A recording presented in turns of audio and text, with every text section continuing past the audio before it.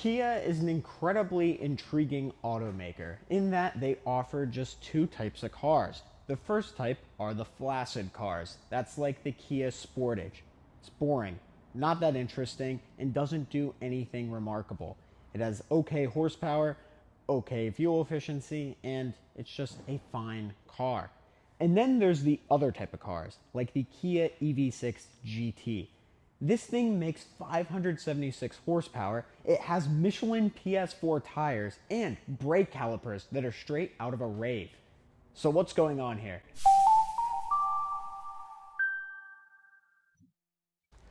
So, first and foremost, let's talk Kia EV6. Well, the Kia EV6 came out as a 2022 model year car, and this was Kia's first fully electric, all-wheel drive electric crossover. We had the Niro EV before, but this was Kia's first really good electric SUV. Unlike the Niro EV, this one uses an 800 volt platform, which is great for fast charging, and this thing is pretty efficient. But the Kia EV6 is offered in several flavors. The first one is the light rear-wheel drive. This one is the base entry-level model. It only offers a 58 kilowatt-hour battery pack. It's good for a range of around 240 miles, but overall it doesn't really do anything that exciting. It only makes 167 horsepower, and frankly, it's just a pretty okay base model. Then you can upgrade to the Wind or the Light Long Range or even the GT line, and these all offer a 77.4 kilowatt-hour battery pack. If you get the rear drive model, you get 310 miles of range and 226 horsepower. This is undoubtedly more exciting than the base version, but still it's not that crazy. You can then upgrade to the all-wheel drive model, and this one makes 320 horsepower. The all-wheel drive can do 0 to 60 in around 5 seconds, but then, if that's not enough for you, you can get the GT. The GT, sitting right behind me, came out as a 2023 model year car, so Kia waited a little while to bring the high-performance one to market, and this one is undoubtedly the most exciting version. This one comes with pretty much all the features that you get in the lower trim level ones, and significantly better horsepower and overall performance. In terms of raw power, we get 214 horsepower on the front axle and 362 horsepower on the rear axle.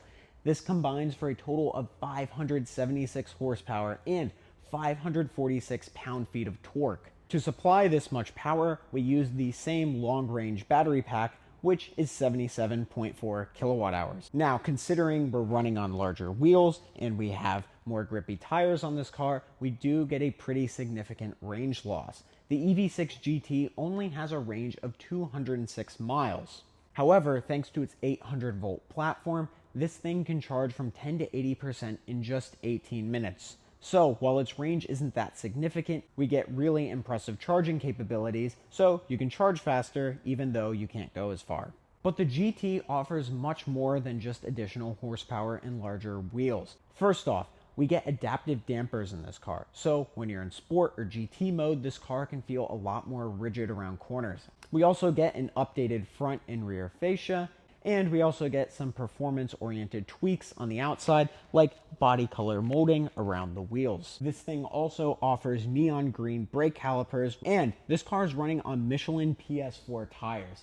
That's crazy for a Kia crossover. Given all these upgrades, the Kia EV6 GT weighs in at 4,772 pounds.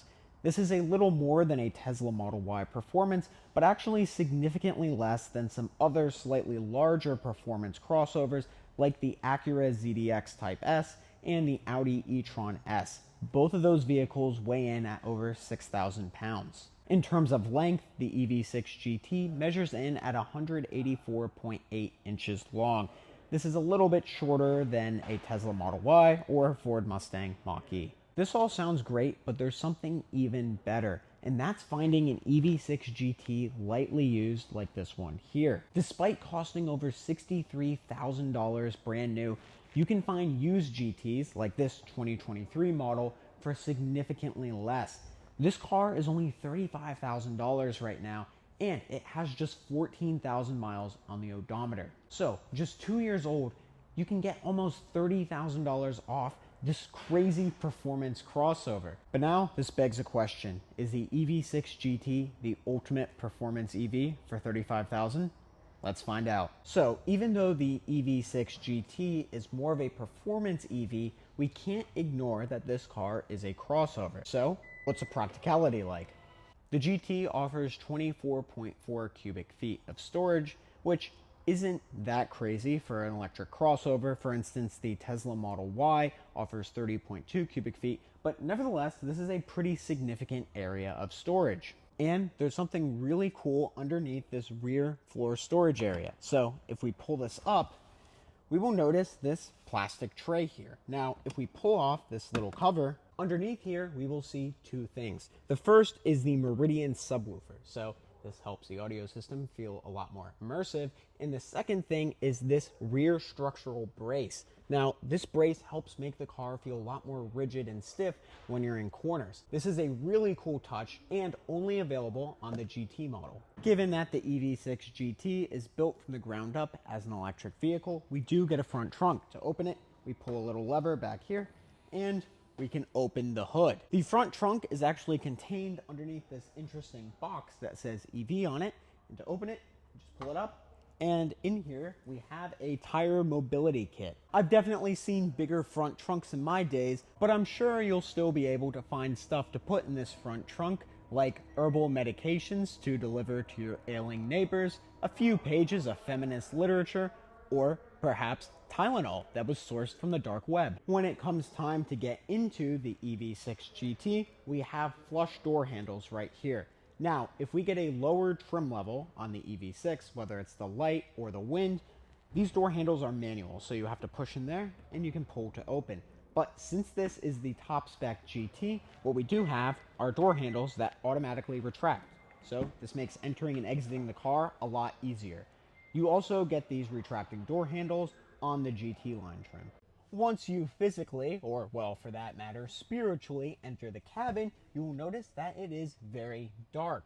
So we get black headliner, black seats, black floor mats, and everything is really dark in here. And that's because the head designer of the EV6 GT wanted this ambience to feel like the medieval era. That's really interesting. Also interesting is I just made that up, but what's not made up is just how nice the seating material is in the back seats. So first off, we have Alcantara inserts on the interior portion of the seats and leather surrounding them. We get lime green accent stitching to go around the seats, and just overall the vibe feels really nice. The outboard seats are heated.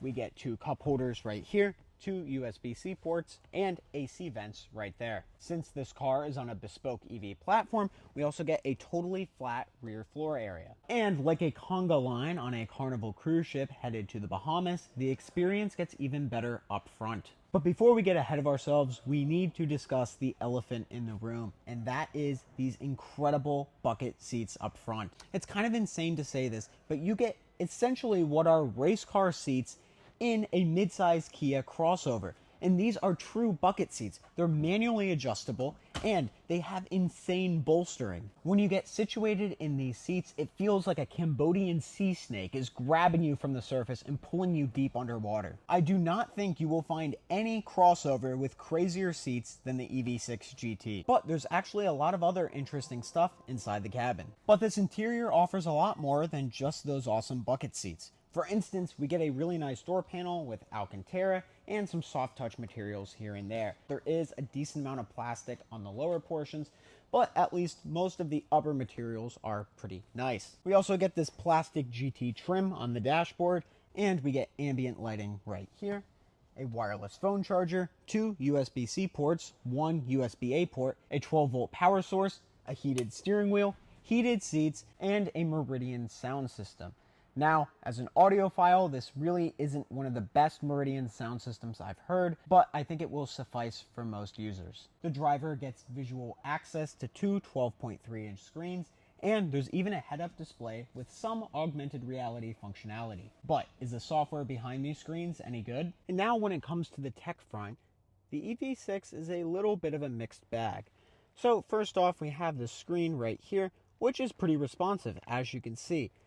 But some of the functionality within this screen is just not that intuitive. And one such area that kind of lags is the overall map and navigation in this car. So using this native system, we can see that this is our screen. And the first red flag is that this is very, very laggy. So just looking around San Francisco, this just is not very responsive to my finger inputs. Next off, let's say I want to find an EV charger. So we press the search button and EV charging stations pops up. Now, first and foremost, an Electrify America comes up first. This is a really nice station in San Francisco. But as you can see, a lot of AC chargers pop up. So we have 6 kilowatts, 6 kilowatts. These are all slow chargers. If I'm looking for an EV charging station in my electric car, we should definitely prioritize the fast chargers. It's kind of irrelevant to have these slow chargers when, you need to find a charging station on a road trip. But don't worry, Kia lets you sort by name as well, so we can sort by the name. And who really cares? Why do I need to find a Blink charger before a charge point? You can really tell on this car that this whole route planner and EV charging option menu is just a bit of an afterthought. It is really not good at all. However, we do have some route planning abilities. So let's say we want to go to, I don't know, Denver, Colorado. And we type it in, and now the car will begin to search our route to get to Denver. Now it searches our route, and then it tells us, hey, available charging stations are automatically updated while driving. Okay, perfect. And now we can actually see at least our first 3 charging stops. And overall, the system works, but it just feels kind of antiquated. It's nowhere near the level of Tesla or Rivian. The other a little annoying thing is just how difficult it is to access certain options. So my heads-up display was not calibrated that well when I got into this car yesterday, and I wanted to change the position. I thought there would be a button that I could easily press, but no. You got to go through many, many menu layers to find that. So first, to do that, you press Setup. So now when you're in Setup, you would think that the heads-up display would be underneath Screen Layout or Display. But you press either of these two, and, well, this doesn't really do anything that we're looking for. We just have a screensaver and the color theme on the gauge cluster. This doesn't work. Next, you'd go to Display. That would seem intuitive, right? Because that is a display. But no, all this has is a blue light filter and some camera settings. Not what we're looking for. To find it, you need to press Vehicle right here. And then you find Head-Up Display. You have Display Mode, Display Control. You press here. And then finally, you can adjust where it displays. The only saving point of this is that we can search in Setup. So if I do want to find Head-Up Display, I can just type in Head-Up Display right there. And then we can finally adjust it. But a lot of these options are really buried into the menu, and I don't think they have to be. But it all isn't terrible. There's actually some decent stuff. So if we go into our EV screen, we can see a lot of interesting information. So first off, we have our climate on. So if we turn our climate off, we can save a mile of range. I like that. That's pretty cool that we can see that very easily. Now we can also press the setting button. We can change our DC and AC charging limits right here. We can do our maximum current. So when you're charging at your home or at work, you can adjust the current the car takes in. And then we have some other charging related information in here, like the lock on your charger, etc. Overall, there's a good amount of functionality for our EV charging. And things get a lot better when we look at this bottom screen right here. This is actually really intuitive. So first off, we have this menu option. We can do our front and rear defroster. We have our volume knob right there. And we can tune our radio station right through here. We also have quick access to the map, navigation, radio, media, and options. Really, really intuitive. I like that a lot. And press this button right here, and now our whole bottom menu is now a climate control screen.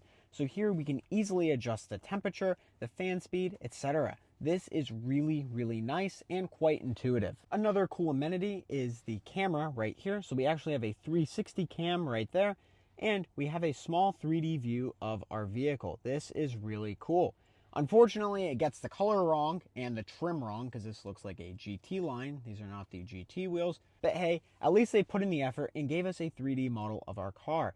It works really well in parking lots, though I will say the camera quality isn't quite as good as some competitive systems out there, namely the BMW i4's 3D camera or the Audi e-trons, but still, this is really helpful for parking. Shifting our gaze to the steering wheel, we have a few interesting items. So first off, we have our cruise control. This car offers Hyundai Driving Assistant 2.0, which we will get into later.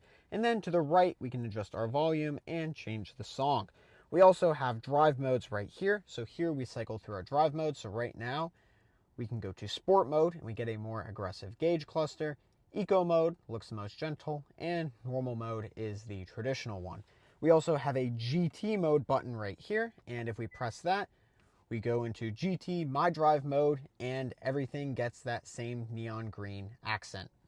But what's even cooler is the fact that the EV6 GT has a cheat mode, just like GTA. So right here, we have our traction control button, and if we hold this, we can turn ESC completely off.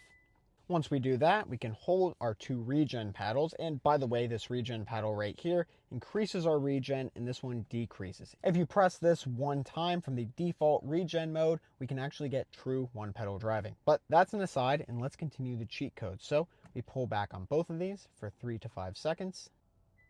And now drift mode is activated. I haven't had time to test this out yet, namely because I would like to keep my license, but this is really cool and even crazier coming from a Kia EV6. And unfortunately, due to a complex situation involving the Prime Minister of Hungary, we had to change our filming location to this back alley in San Francisco. So we will continue on with our review and now talk about the charging specs of the Kia EV6 GT. When it comes time to charge the EV6, you simply press back here and the charge port opens up for you. The EV6 has an AC charging rate of 11 kilowatts, which is pretty in line with a lot of other EVs on the market. But where it really stands out is in the DC charging times. So the EV6 has a peak charge rate of around 235 to 240 kilowatts, but it can hold that peak charge rate for a very long time. In fact, the EV6 begins to dip below 200 kilowatts at around the 60% stated charge mark. This means the EV6 can charge from 10 to 80% in just 18 minutes. And we've tested lots of EV6s and Ioniq 5s here at Ever, and we can confirm that these charging speed estimates are completely accurate. This thing charges incredibly fast. There is one caveat though, and that is the EV6 is an 800 volt EV.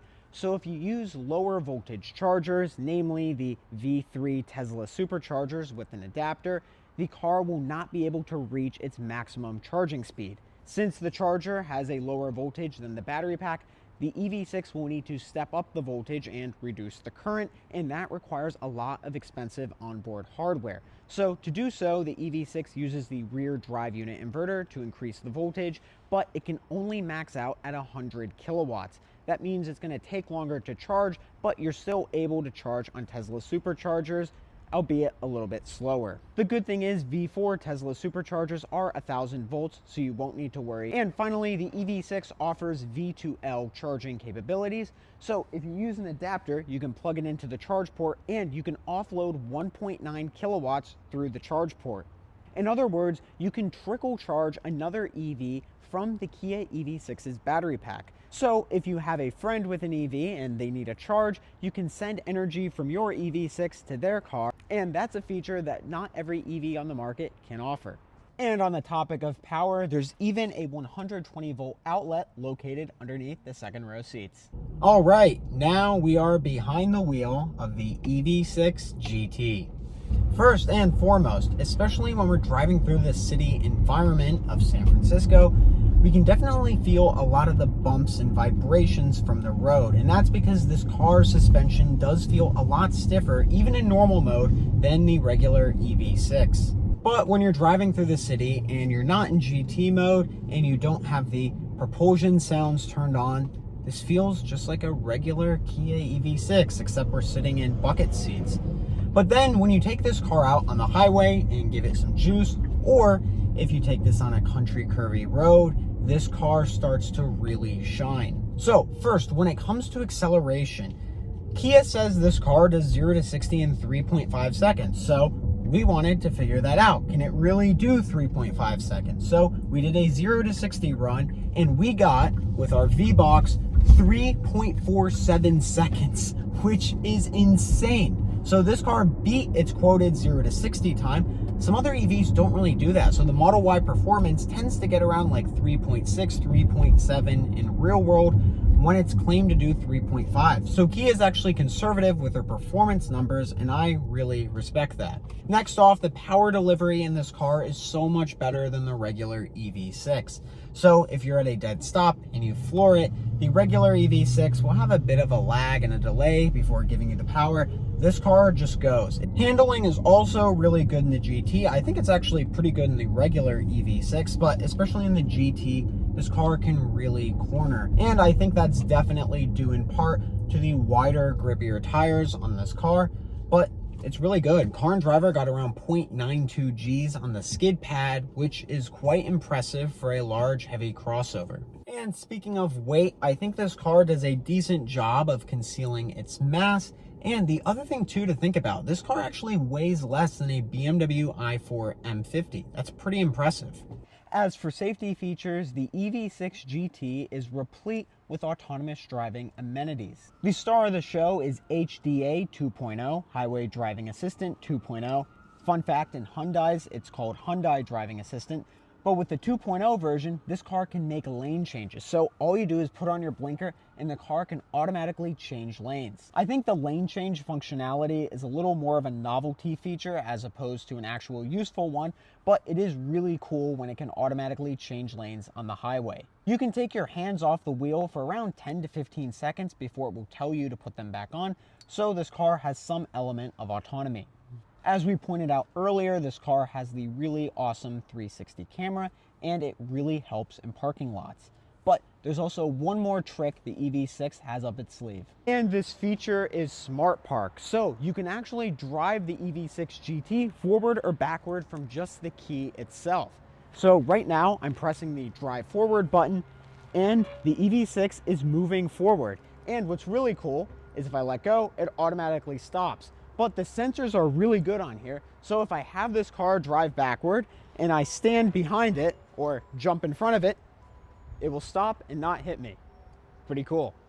And now, which trim do we recommend? Well, if you get the EV6 GT, everything's pretty much the same. You get the bucket seats, you get the 21-inch wheels, you get the brake calipers, etc. So just get the GT. And finally, do we recommend the Kia EV6 GT? Well, to be totally honest, for $35,000, this is one heck of a car.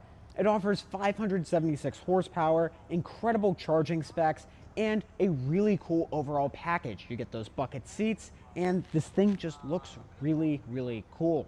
There are some other options out there, like the Ford Mustang Mach-E GT and the Tesla Model Y Performance, but if you want something with the best charging capabilities, the EV6 GT definitely takes the bag. It's a really fun electric crossover, and I don't think you can go wrong with it. Thanks for watching.